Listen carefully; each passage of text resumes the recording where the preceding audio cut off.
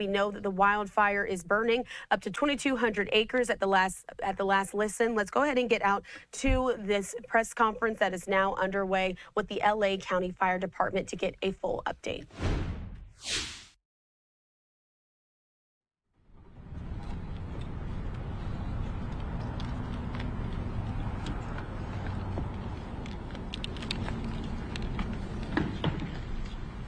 Okay, everyone ready? Roll this sucker. Good morning. My name is Jonathan Torres. I'm a Public Information Officer for the Los Angeles County Fire Department. Welcome to this morning's press briefing for the Franklin fire incident. To start off, I'd like to welcome our fire chief for the County of Los Angeles Fire Department, Fire Chief Anthony C. Maroney. So good morning. I'm Anthony Maroney, the Fire Chief of the County of Los Angeles Fire Department, here to provide a Franklin incident brush fire update. Last night at 10:50 p.m., LA County fire units were responded to a report of a brush fire at Malibu Canyon Road and the tunnel. Units reported 5 acres of heavy brush burning and being spread by strong Santa Ana winds. The fire is currently estimated at over 2,200 acres, and we have 700 firefighting personnel assigned. Because of the great work of the firefighters that were on scene, we have only a minimal number of homes destroyed. However, I do not have the exact number to give your viewers. Thankfully, we have no reports of serious injuries or fatalities, and this fire is not contained, and we remain under an immediate threat because of the red flag conditions. The current red flag alert is projected to continue through Wednesday evening at 8 p.m. for strong winds and low humidities. And the cause of the fire is unknown at this time, but it is under active investigation by the Los Angeles County Fire and Sheriff's arson investigators. Lastly, I'd like to acknowledge and thank our partners, both fire and law enforcement, for their assistance this morning. We certainly couldn't do it without them. And one request from Waterworks District 29 and the Department of Public Works is to ask residents that are not in the immediate fire area to please turn off their sprinklers. We are currently monitoring our water pressure. We do have personnel on scene. That water should be used for firefighting and not to sprinkle or irrigate your lawns. And it's going to be of little use from having a brush fire start near your home. Next up, I'd like to ask our Los Angeles County Sheriff, Robert Luna, to come up and give the law enforcement update. Thank you. Thank you, Chief, and good morning to all of you, and thank you for covering this very important event. The Sheriff's Department has been coordinating with our local, state, and fire partners and the County Office of Emergency Management to monitor the Franklin fire, which started in Malibu Canyon Road, north of Malibu Crest Road, and south of Francisco Ranch Road. We currently have well over 150 personnel, including our Malibu Search and Rescue, that are assisting with this fire incident. We currently have 18 operations that include evacuations, road closures, and security patrols. 9 of those missions are completed, and 9 of them are still ongoing. For current closures, there are several road closures in the affected area. There is a soft closure on Las Virgenes Road at Lost Hills Road.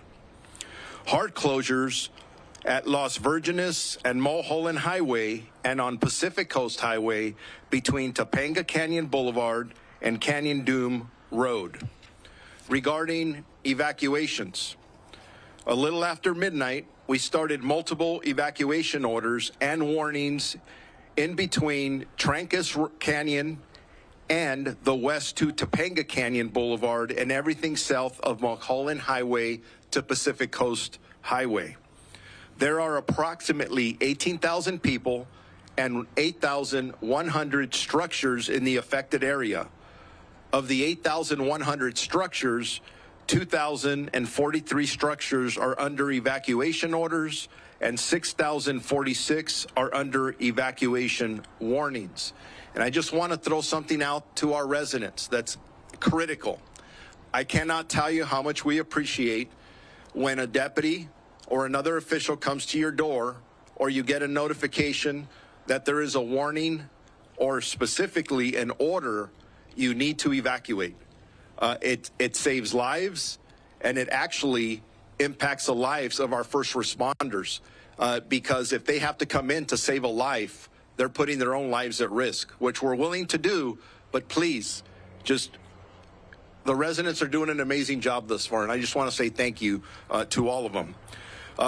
With evacuations continuing, Pepperdine University has a shelter-in-place order for approximately 800 students. Fires can be extremely unpredictable, and we highly encourage residents in the fire areas to be prepared to heed our evacuation warnings, gather all important items, documents, medications, and in case you need to leave your residence immediately. Very important. The safety of our community members is our #1 priority, and we will continue to assist all impacted residents as they are waking up this morning, and whether they're in need of any kind of assistance, even directions, we're here to help you. In regards to shelters that we're using, we have several shelters that have been established for the residents that are displaced. Pacific Palisades Recreation Center at 851 Alma Real Drive in Pacific Palisades. For small animals, the Agora Animal Shelter on 29525 Agora Road in Agora Hills. For large animals, Pierce College at 6201 Winnetka Avenue in Woodland Hills. The fire chief talked about damage. Unfortunately, we did have one black and white patrol car from our Santa Clarita Sheriff's Station that was damaged in the fire. Thank God the deputy was not injured. We are very appreciative of the collaborative efforts. If you look around me, this is a team effort, whether it's all the different agencies on the fire side, the different agencies on the police side. I can't thank the California Highway Patrol enough for a lot of the road closures that are taking place. But again, as I close here, I do urge our residents to stay informed. Stay informed by watching or following credible news sources, like most of you. Visit our Los Angeles County Sheriff's Department social media or lacounty.gov/emergency for updated information. Thank you very much. Now I'm going to introduce Kevin McGowan, our Director of Office of Emergency Services for Los Angeles County. Thank you, Sheriff. Our heart goes out to all those that have been impacted by this wildland fire. I also want to say thank you to the residents, as the sheriff said, but also to all of our field responders and our emergency operations center responders. The county's emergency organization went into its full activation at the onset of the forecast, well before the fire actually started. We saw the significance from the National Weather Service, another great partner during this incident, describing this as a particularly dangerous situation that warranted a really sizable preparedness campaign across the entire county. That continues still at this moment.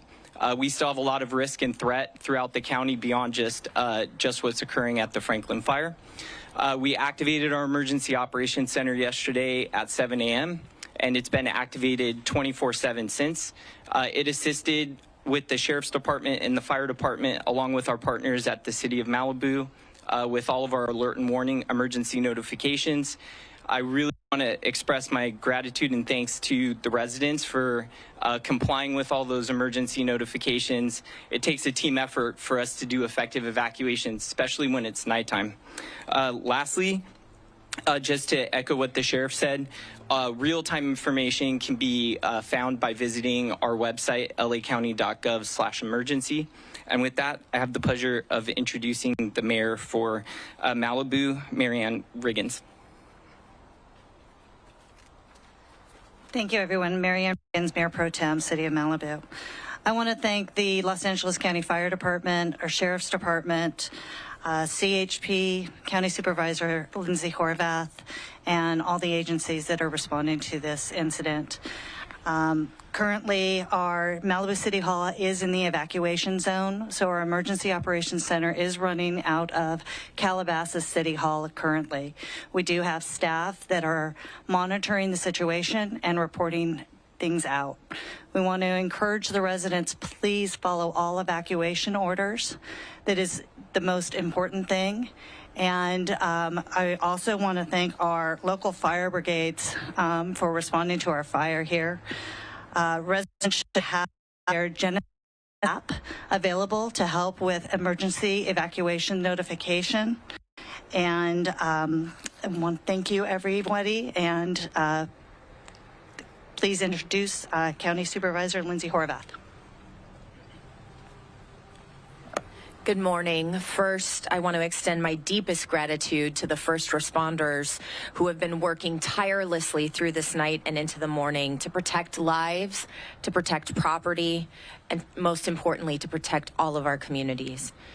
The bravery, skill, and dedication of our firefighters, our law enforcement officers, and emergency personnel, all of it is nothing short of heroic. And we're profoundly grateful for their service. To our residents, your safety is our top priority. Please follow all evacuation orders and instructions from emergency personnel. If you are told to shelter in place, please also shelter in place. These measures are put in place to protect lives, and your cooperation is critical.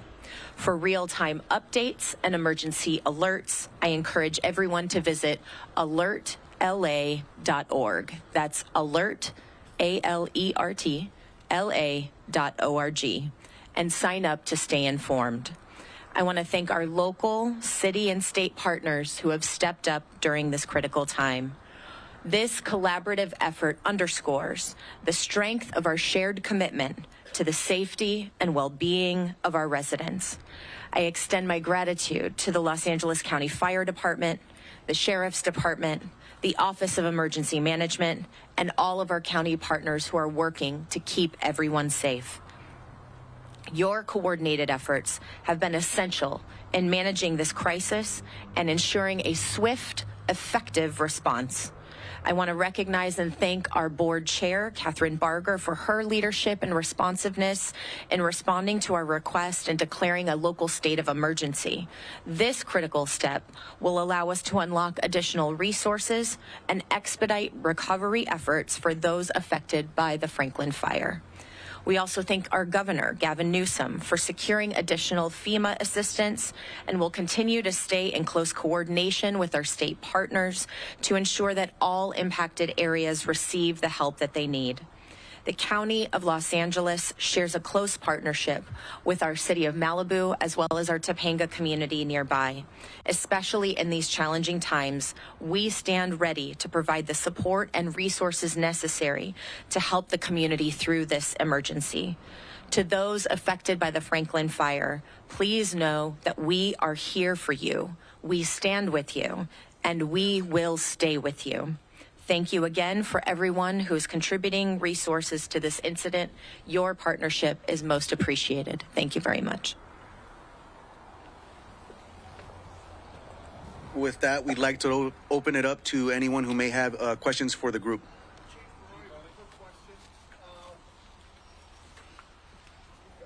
The air assault overnight, what's changed today as opposed to years past? Do we could use aircraft to fight a fire like this one? Well, you know, over time, the LA County Fire Department and our partner agencies, either at CAL FIRE and also the Los Angeles City Fire Department, we've procured more helicopters with night, and our pilots have night vision goggles, so we are now able to bring the fight to the night. We've been doing that for many years, And we also have our quick reaction force that's funded through Southern California Edison. It's the big CH-47 Chinook helicopter. We had 3 of those helicopters on station tonight. And then as the sun rose, you'll see that our CL-415 Super Scoopers that we leased from the province of Quebec are out there dropping. And we're going to have a coordinated ground and air assault. We'd really like to button this fire up and get some containment by this afternoon. I believe that the winds are going to be continuing, so that's going to still create challenges for the fire department and for the LA County Sheriff's Department with evacuations. But rest assured, we are going to have a coordinated air and ground assault on this fire for as long as it takes.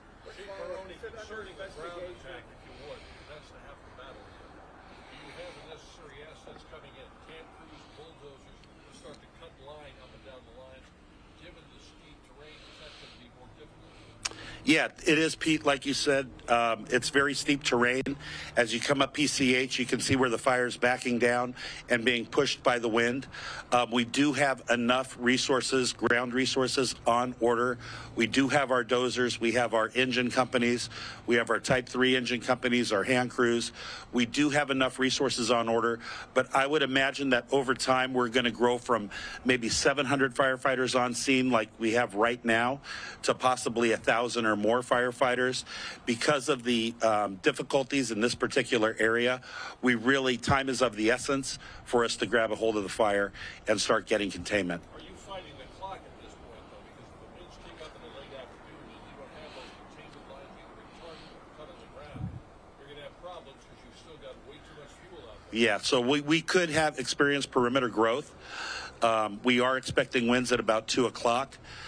So we're going to continue the firefight right up through the day and then back into the night. The LA County Fire Department will be here until this fire is 100% controlled. Chief Sheriff India, you might want to step in here. Given that estimation of the what are you thinking about the idea of repopulation of any of these areas at all? Or is that even on the table? It's always on the table, but working in unified command with all of our fire partners, we're looking at maps, we're looking at weather conditions. We will not allow the residents to go back until we are assured that they're going to be safe. And then I also want to send out this message for any residents who are evacuated. Our deputies are going to be here, very visible, and don't worry about your homes. Somebody breaking in and taking something. I know that's a lot to ask for, but we have professionals on our department, and we're not going to allow that to happen. And just a message for anyone who's thinking about coming to this neighborhood to do something like that. You're going to get arrested.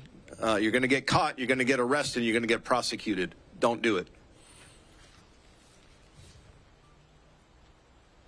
Chief, you mentioned that it was under investigation on arson. Is that standard operating procedure to have that branch of your investigative team in there? Yeah, that's correct.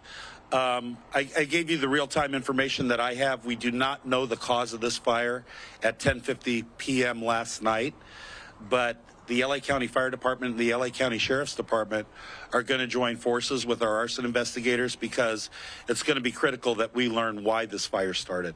And we'll make sure that the news media finds out as soon as we find out. I'll go for the obvious, Chief. If there's any signs in the area of any downed power line, right, conceivably, that sparked this fire. Not that I've been told, Pete. Yeah.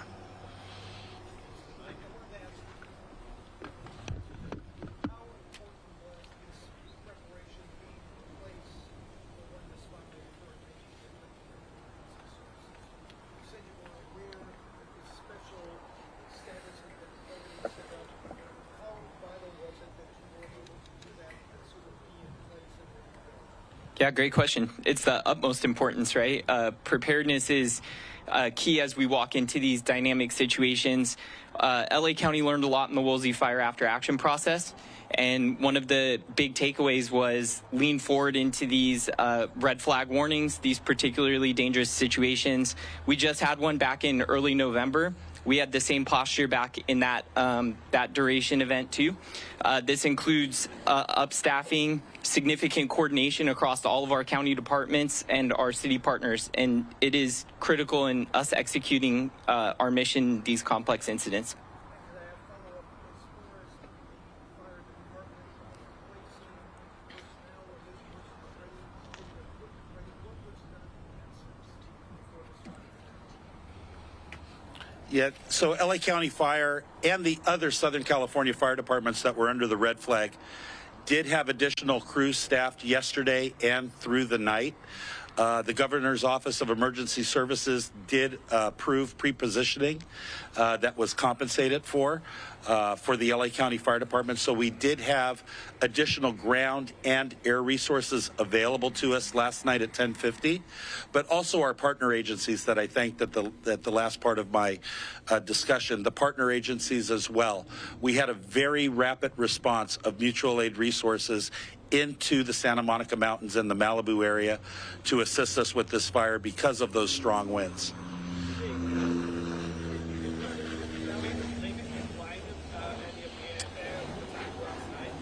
Not in the beginning last night. I know that for a portion of time, maybe between 3 and 4 o'clock, our aerial assets did shut down for a while because of the wind speeds, but they are able to operate even with heavy winds, especially the CH-47 and the CL-415s that you see.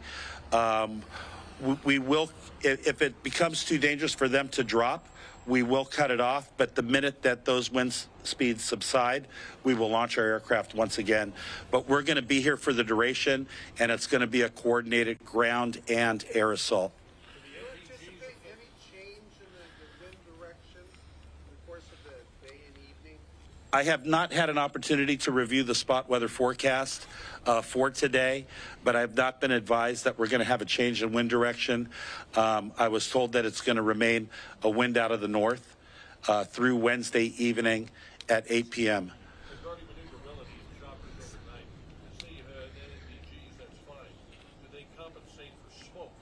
Or is there a problem there where you have visibility reduced, of course, like you do with NVGs? Yeah. So NVGs are not going to help us when we get smoked out. And sometimes that's going to cause a reduction in the number of aerial assets that we're deploying because we have to make sure that we're safe and that we can continue the fight throughout the night.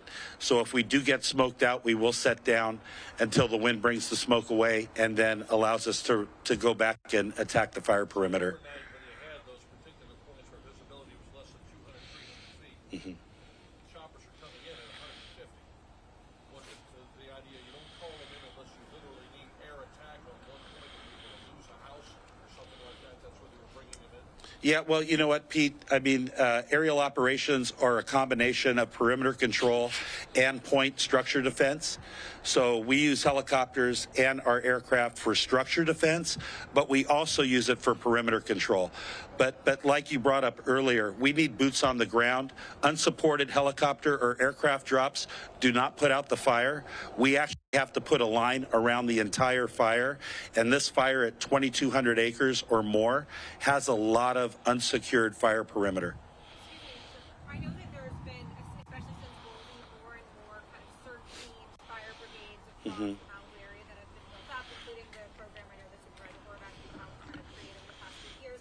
How crucial have those teams that aren't official firefighters but are search teams, community groups, how helpful and needed have they been over the course of the evening? Well, they've been very helpful. And I believe that they're very needed because it really needs to be a partnership between the community and public service. And the LA County Fire Department was proud to partner with SD3 and Supervisor Horvath to approve the community brigade. It's the first of its kind in the nation. And I actually saw the Malibu community brigade out this morning. So they really bridge that gap between residents and public service. So we appreciate it. We help train them. We make sure that they're safe. But we know that the community appreciates a role in helping protect their community. Is the community brigade going to continue to be part of this process of fighting the fire? I certainly hope so. I'm not going to send them home. Yeah. One follow-up on the positioning, were there extra personnel in Malibu at 10:50 last night ready to move up there? Yes, there was. And we had additional strike teams. We had additional aircraft out of our Barton heliport. We also had additional aircraft out of our Van Nuys tanker base. Yeah. Because we knew that this event was coming. We knew that it was a particularly dangerous situation from the Weather Service. So that gave us the time to upstaff in preparation. Remember, in November, we had the last Santa Ana event. We had the Broad Fire. Shortly after the Broad Fire started, we had the Mountain Fire start in Ventura County, and we went to the aid of our partners in Ventura. So we seem to get one significant wildfire every time we have a strong Santa Ana event in Southern California. Oh, I certainly think that global warming is impacting wildfire throughout the United States, and it's making it even more challenging for fire departments to respond to wildfire. It's undeniable, from my perspective, that global warming is causing more challenges for us. Thanks, Chief. Thank you. Can you guys repeat how many people are under evacuation warnings? 5,000. Give me a second. I'll give you that number right now.